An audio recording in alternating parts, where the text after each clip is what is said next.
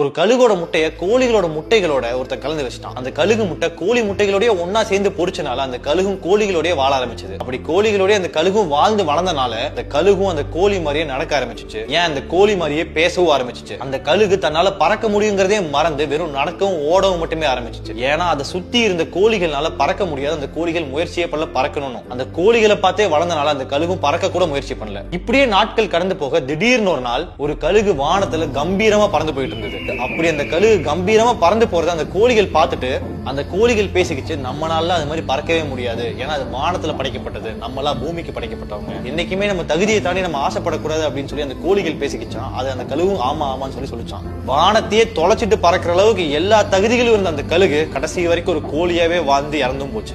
அந்த கழுகு மட்டுமா கோழிகளோட ஒன்னா சேர்ந்து வாழ்ந்துட்டு இருக்கு? நம்மள எத்தனை பேர் கழுகு மாதிரி எல்லா தகுதிகளும் நம்ம கோழிகளோட சுத்திக்கிட்டு இருக்கோம். வானத்தையும் தாண்டி பறக்கிற அளவுக்கு ஒவ்வொருத்தனுக்குள்ளயும் ஒரு திறமை இருக்கு. ஆனா